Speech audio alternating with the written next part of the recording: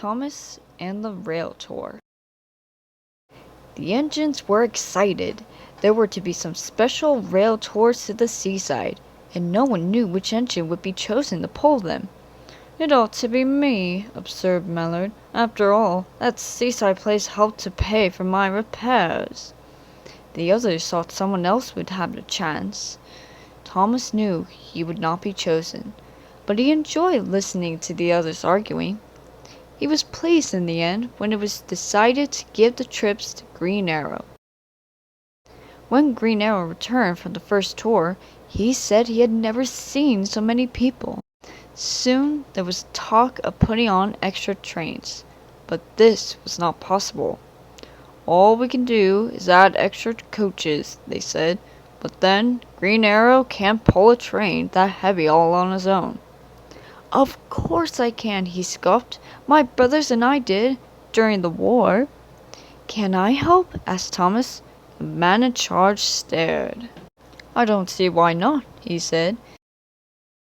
Behind, Green Arrow was being prepared too, and when they were both ready, they set off to find their coaches. The station platform was jammed with an admiring crowd, which didn't seem to get any smaller even after a trainload of people were in their seats. Thomas was coupled in front. He was pleased. He liked to see where he was going. At the seaside station, Thomas was turned round so that he could go in front again. After a rest, the engines set off once more. A ruined abbey stood at a place where the line curved beside a river. A crowd had gathered to wave and cheer, but Thomas wasn't watching them. Looking ahead, he had seen something strange. "Peep, peep, peep! Stop, stop!" He whistled in alarm. The train was heavy and hard to stop, but they managed to do it just in time. Now everyone was able to see that the rail near the river was lower than the one on the other side. "The water has undermined the embankment," said the inspector. "I'll go to the signal box and sort things out."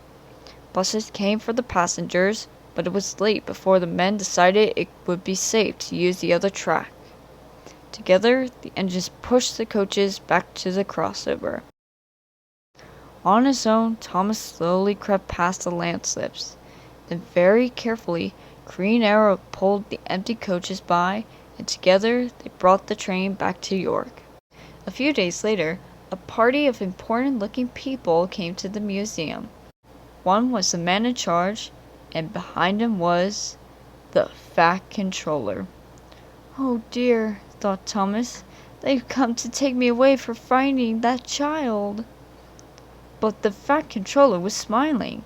The man in charge held up his hand for silence. "Thomas," said the man in charge, "your controller told us you are a really useful engine. He is right. For saving a nasty accident the other day, we have decided you should become an honorary member of the National Railway Collection. This special play will remind you of your visit to us. Ladies and gentlemen, 3 cheers for Thomas the Tank Engine!" The noise nearly raised the roof. "Well done, Thomas," smiled the Fat Controller. "I knew you'd be a credit to our railway."